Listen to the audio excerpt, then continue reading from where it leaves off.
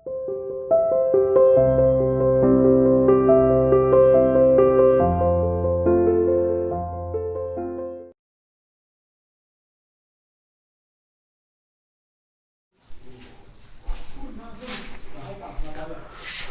बच्चों, how are you? Hope you are fine at home. So after a very long time we are back again.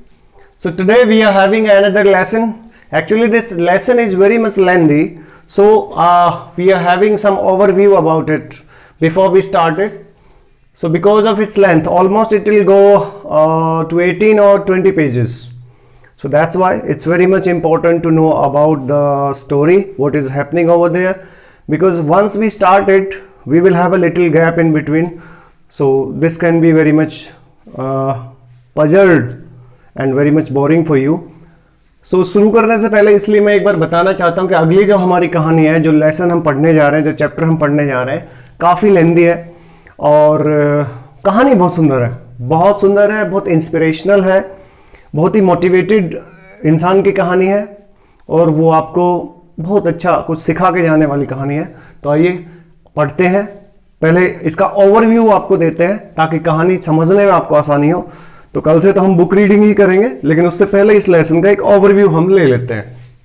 तो देखिए lesson का जो title दिया गया है, नाम दिया गया है, दैट इज द एनिमी। तो एनिमी आखिर ऐसा नाम उसने क्यों रखा कि भाई दुश्मन, and written by Paul S Buck. Okay, कहानी में कैरेक्टर्स कौन कौन है आते हैं, इनकी बात करते हैं। सबसे पहले सदाव, ये जो नाम है द एनिमी, पहले इधर ध्यान दीजिए, ये एनिमी कैसे प्रूव होगा अब हम जानते हैं कि आखिर कहानी कहाँ किस तरह की है। कहानी ऐसी है जी, अमेरिका और जापान के बीच वर्ल्ड वार जब हो रहा था तो अमेरिका और जापान के बीच एक अमेरिकन सोल्जर जो अमेरिकन नेवी में था, यूएस नेवी में था, वो इनके हाथ आ गया। अब जब वॉर में, बैटल्स में जब सैनिकों को पकड़ा जाता है, बंदी बनाया जाता है, तो उन्हें प्रिजन ऑफ वॉर कहा जाता है, प्रिजन ऑफ वॉर। तो प्रिजन ऑफ वॉर था, ओके, ये प्रिजनर ऑफ वॉर कह लीजिए, उसको रखा जाता है।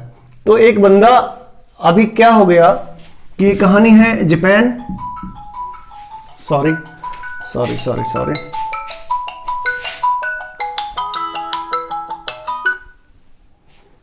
हाँ सॉरी बच्चों, बीच में कॉल आ गया था।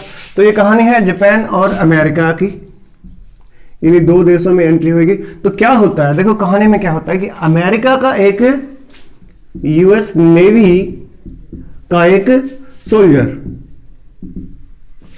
वो इनके हाथ लगता है। किसके आर्मी के हाथ? जापान की आर्मी के हाथ लगता है और ये इस सोल्जर को पकड़ लेती है आर्मी।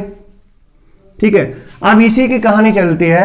अब ये एनिमी क्यों लिखा है भाई, दोनों देश एक दूसरे के दुश्मन थे, इन्हीं पे बेस्ड है। अब ये जो यूएस नेवी का सोल्जर पकड़ा गया, किसने पकड़ा? जापान की आर्मी ने।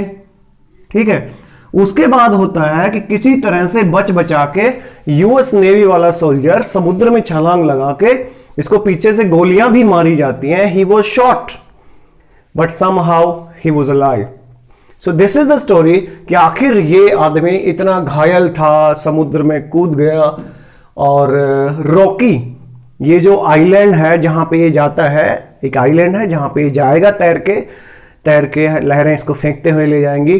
तो ये रॉकी आइलैंड है। रॉकी समझ गए होंगे आप भाई, रॉकी का मतलब क्या हुआ बच्चों कि चट्टानों से भरा हुआ एक आइलैंड है, वहां पे ये चला जाता है।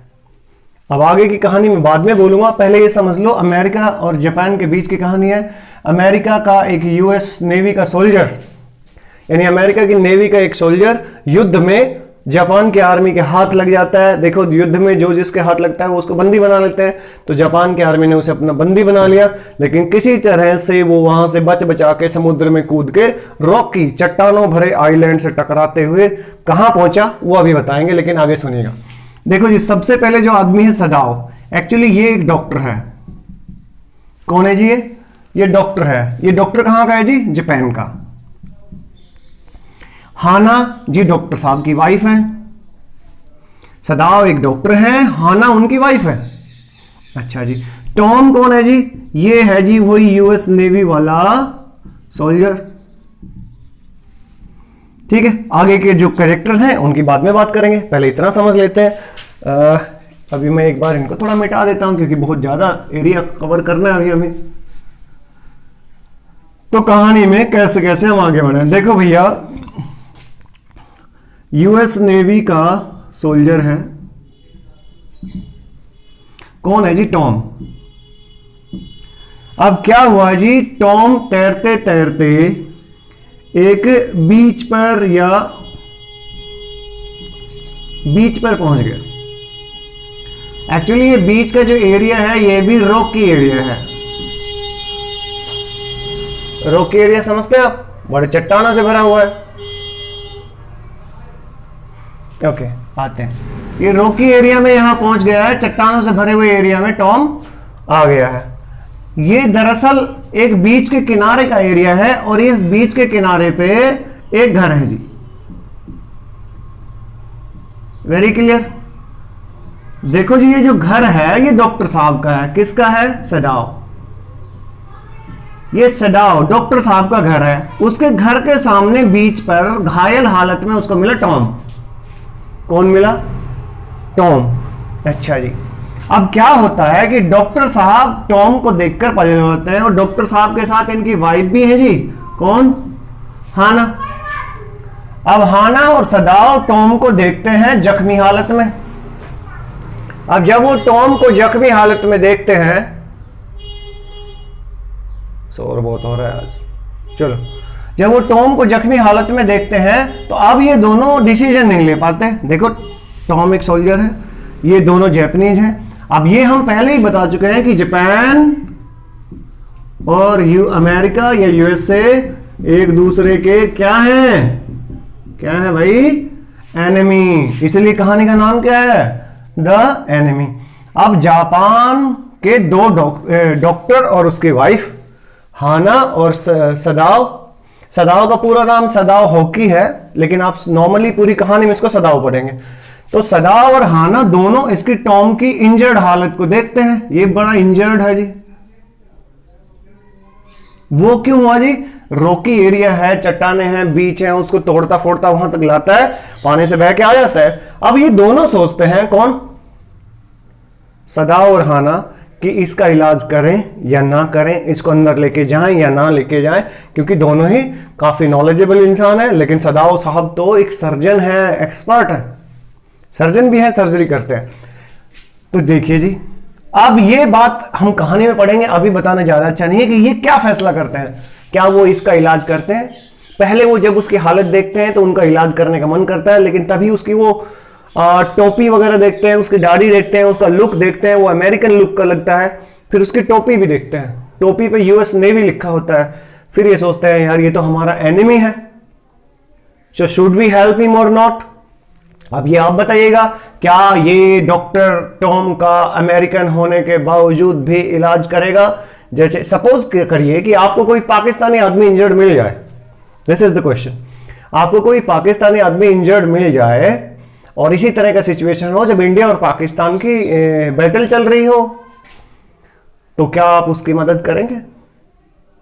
अब सवाल ये पैदा होता है कि हमारे जो सदाव साहब हैं वो दो इश्यूज में फंस गए हैं। पहला कि वो अमेरिका के क्या हैं, एनिमी, और दूसरा पेशे से वो क्या हैं, डॉक्टर। अब वो ये सोच रहे हैं मैं देशभक्ति निभाऊं या अपना प्रोफेशनलिज्म, एक डॉक्टर होने के नाते इसकी जान बचाऊं, या एक जापानीज होने के नाते अपनी देशभक्ति दिखाऊं कि मैं इसको आर्मी के हवाले कर दूं। अब ये कहानी आपको मैंने बता दी है, इस तरह से चल रही है।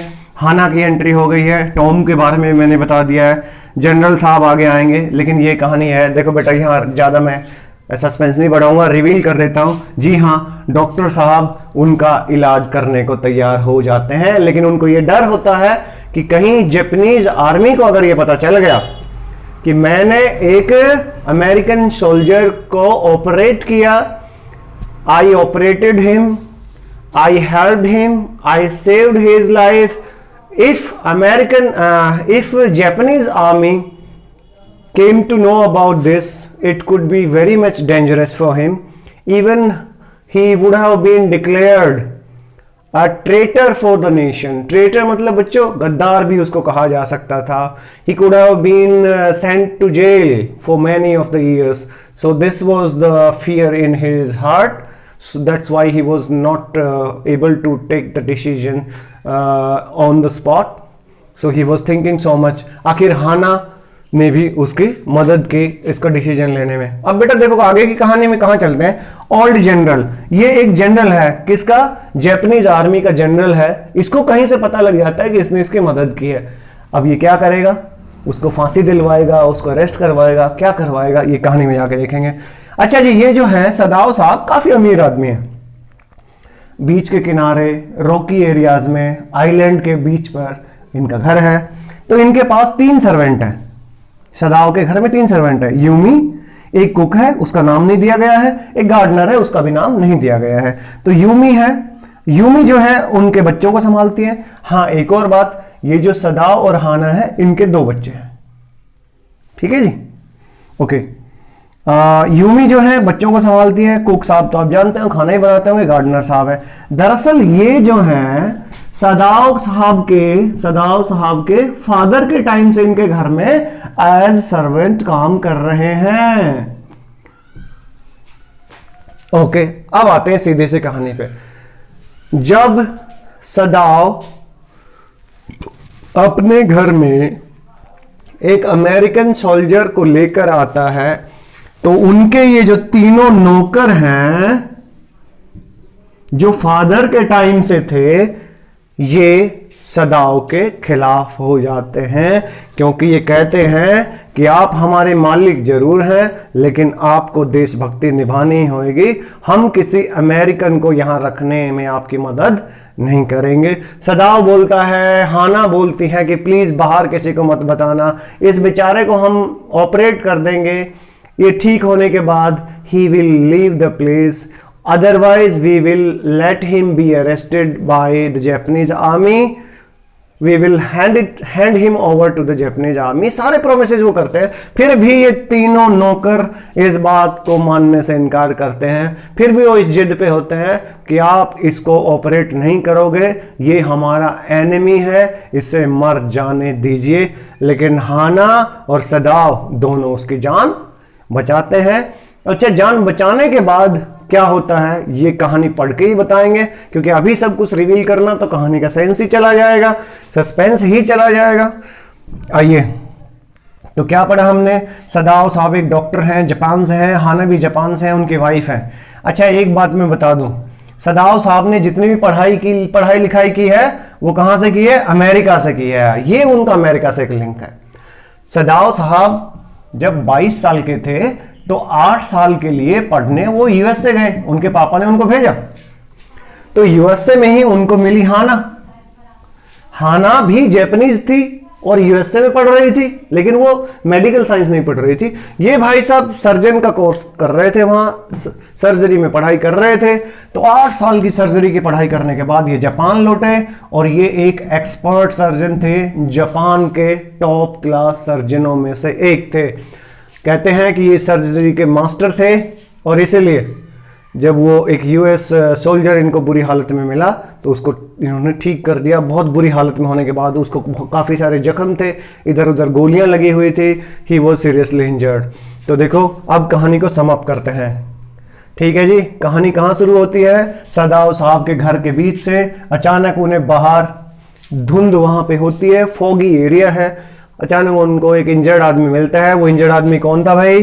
टॉम था। ये यूएस नेवी का सोल्जर था। दरअसल ये जापानीज आर्मी से बचकर ही भाग रहा था, लेकिन वो था बहुत इंजर्ड, इसलिए सदाव उनको पुलिस के हवाले नहीं करना, आर्मी के हवाले, पुलिस के हवाले नहीं करना चाहते थे। तो ये सारे कैरेक्टर हैं, बस एक कैरेक्टर के बारे में जिक्र नहीं किया, वो है जी ओल्ड जनरल। दरअसल ये बता चुका हूँ जापानीज आर्मी के ओल्ड जनरल है। इनको कहीं से पता चल जाता है कि सदाव ने अपने घर में एक अमेरिकन को पनाह दी है, वो उसका इलाज कर रहा है। तो ये भी कहानी में एक सस्पेंस ही मैं छोड़ता हूं। क्या जनरल साहब सदाव को फांसी दिलवाते हैं, अरेस्ट करवाते हैं, उन्हें गद्दार घोषित करते हैं, क्या करते हैं? ये कहानी पढ़ के पता करेंगे। आखिर कहानी का एंड क्या है, नौकरों ने क्यों उनका साथ नहीं दिया? तो अब मेरे ख्याल से आप एक बात जरूर समझ गए होंगे कि द एनिमी का क्या मतलब है। पॉल एस बक ने ये क्यों लिखा है। Thank you so much for the day.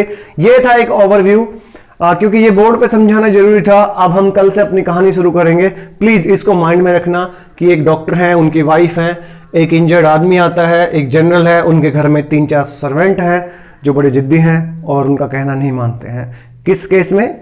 हालांकि वो बहुत ही फेथफुल हैं, ट्रस्टफुल हैं, लॉयल हैं, लेकिन जब वो एक अमेरिकन को अपने घर में लेके आता है तो जापानीज लोग उसका कहना नहीं मानते हैं। ठीक है जी। अब डॉक्टर साहब दुविधा में हैं कि देशभक्ति निभाएं या अपना प्रोफेशनलिज्म, पैट्रियटिज्म या प्रोफेशनलिज्म, इस चीज़ पे वो रुके हुए हैं। Thank you so much for the day. Bye bye for now. कल से पढ़ते हैं। प्लीज़ सब पढ़ा करो। Thank you.